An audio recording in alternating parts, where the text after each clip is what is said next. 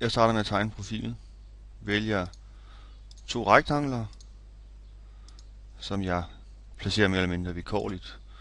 Dog constraint ned i 0,0. Så sætter jeg de her linjer lige med hinanden, og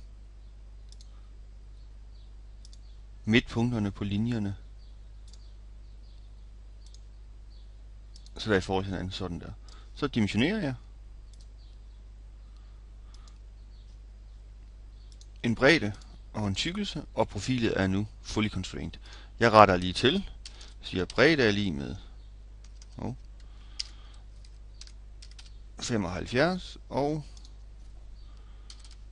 tykkelse er lige med 7,5. Så lægger jeg en fillet.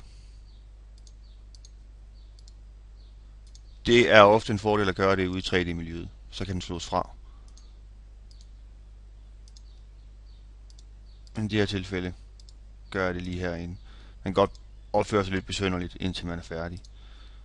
Det nemmeste er at rette den til herinde, og siger bare, at det parameter det skal være lige med min tykkelse. Så ekstruderer jeg det her profil 1500 mm. Så går jeg under Environment, Stress Analyze og Create Simulation. Det lader jeg bare forblive som det er der. Rører jeg slet ikke ved. Jeg lægger et materiale på. Det kunne jeg have gjort tidligere, Original Material, men der ligger ikke noget.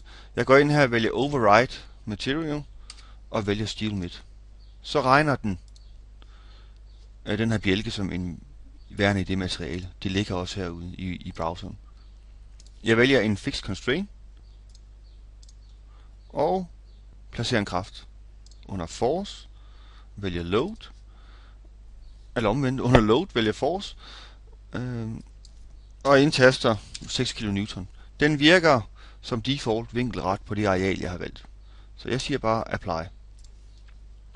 Så slår jeg lige mit mesh til. Jeg piller ikke ved det, jeg kigger blot på det. Og det ser forholdsvis fornuftigt ud. Jeg har lidt mere detaljeret her på kanterne, og lidt grovere ude på fladerne, men det ser ret fornuftigt ud. Jeg trykker Simulate og Run. Og der fremkommer mine resultater.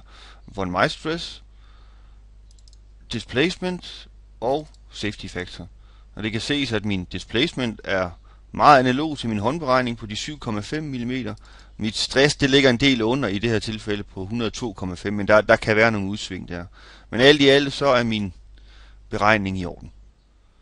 Over i browseren kan jeg gå ind under min constraint, højre klik på den og vælge Reaction Force, og så kan jeg aflæse mine reaktioner. 6000 Newton, som er svarer til min kraft, og 4,5 kN meter i moment, reaktionsmoment, som i øvrigt er det samme, som jeg har beregnet som mit maksimale indre moment.